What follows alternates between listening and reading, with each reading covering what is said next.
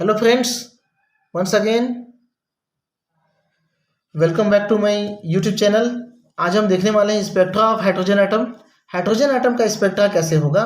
क्योंकि hydrogen atom में एक ही इलेक्ट्रॉन प्रेजेंट रहता है और इसका हम एनर्जी लेवल डायग्राम हमने देखा भी है पहले वीडियो में। ठीक है, तो अगर पहले वाला वीडियो नहीं देखे हो तो इससे पहले जस्ट 2 वीडियो पहले मैंने अपलोड किया है, उसको देखिए आज ही की डेट पे। ठीक है, इलेक्ट्रॉन इलेक्ट्रॉन रिपल्सन यहाँ पे क्या होगा? एब्सेंट होगा, क्योंकि एक ही इलेक्ट्रॉन है। और ये कह सकते हो कि ground state and excited state की एनर्जी डिफरेंस क्या होगी? Del is equal to E2 minus E1। ये एक्साइटेड स्टेट है, ये ग्राउंड स्टेट है। दोनों का एनर्जी क्या होगा? एच न्यू के बराबर होगा। जितना फोटोन ऑफ लाइट वो क्या करेगा? एब्जॉर्ब करेगा। अब इस इलेक्ट्रॉनिक ट्रांजिशन के लिए सिलेक्शन रूल क्या क्या होंगे?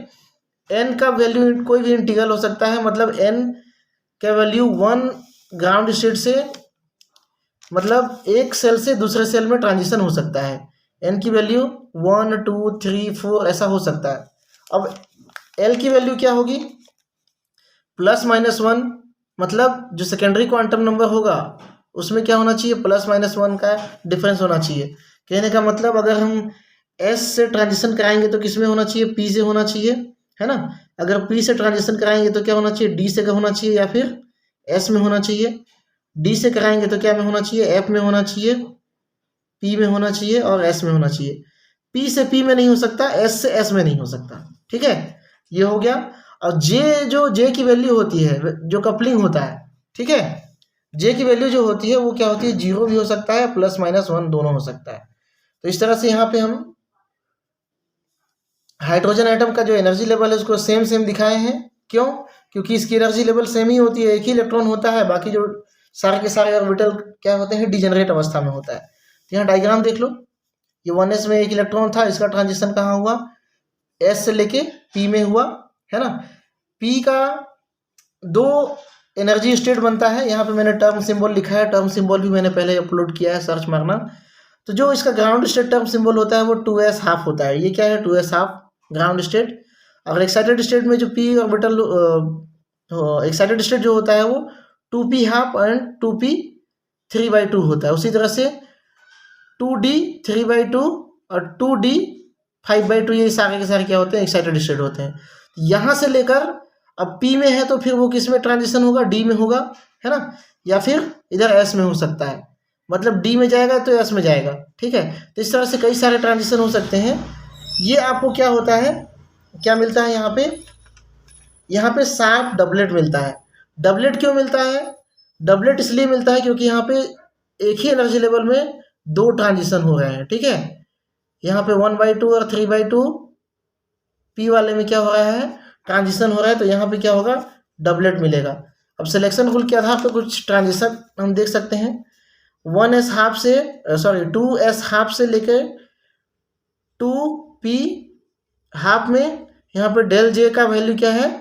0 है। एल की वैल्यू भी सेटिस्फाई हो रही है और एन की वैल्यू भी सेटिस्फाई हो रही है, जो सिलेक्शन रूल हमने बताया। ठीक है, यहाँ पे ये 2 क्या है? स्पिन मल्टीप्लिसिटी है ना। स्पिन मल्टीप्लिसिटी कैसे निकालते हैं ये भी मैंने आपको बताया है, चलो बता देता हूँ फिर से। तो यहाँ पे मैं यहाँ बता दूंगा आपको।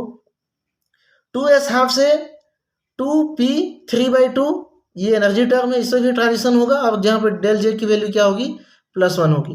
ये दोनों को मिला के हमको क्या मिलेगा? एक डबलेट सिग्नल मिलेगा। मतलब 1s से 2p में ट्रांजिशन होगा तो क्या मिलेगा हमको? एक डबलेट स्पेक्ट्रम मिलेगा। स्पिन मल्टीप्लिसिटी का फॉर्मूला होता है 2s + 1 इक्वल टू, आप कर सकते हो s की वैल्यू क्या? यहाँ पे half, 2 into half +1 equal to क्या होगा? 2 2 कैंसिल आउट हो गया, यहाँ पे क्या आ जाएगा? 2। तो सिंगल इलेक्ट्रॉन के लिए स्पिन मल्टीप्लिसिटी का मान क्या आता है? 2 आता है। ठीक है, ये हाइड्रोजन स्पेक्ट्रा हो गया। अब हम नेक्स्ट देख लेते हैं, उसमें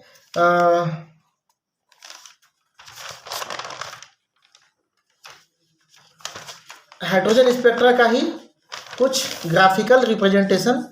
ठीक है, यहाँ पे स्पेक्ट्रल लाइन काफ़ी स्मॉल होता है, जिसको कठिनाई से रिजॉल्व किया जा सकता है। जो डबलेट मिलेगा वो क्या होगा? बहुत ही कॉम्पैक्ट होगा। हालांकि हम यहाँ पे लाइन दूर दूर दिखा रहे हैं, पर ये क्या होगा? कॉम्पैक्ट टाइप का होगा, एकदम नज़दीक नज़दीक होगा, जिसको काफ़ी मुश्किल से रिजॉल्व किया जा सकता है, काफ़ी फाइन तरीके से।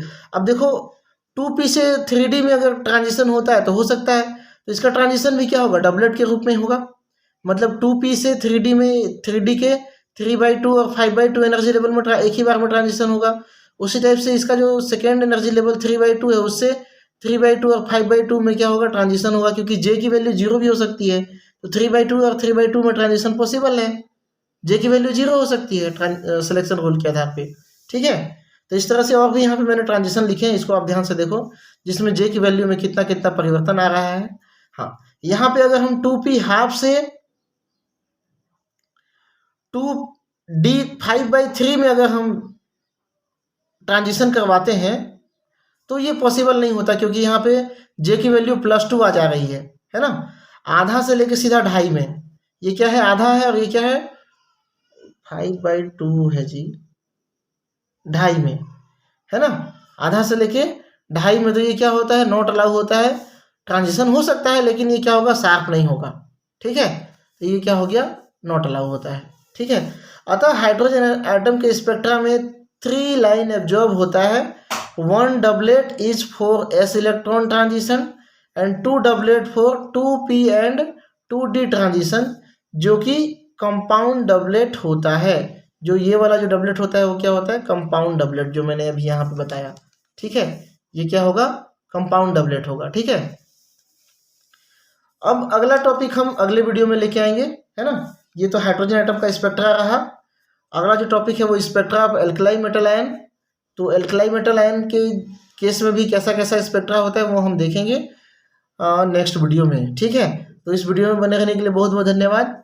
वीडियो को एक बार देख लीजिए, उसके बाद में नोट्स बनाइए, मैं बार बार रिक्वेस्ट कर रहा हूँ आप लोग सभी से। ठीक है, थैंक यू।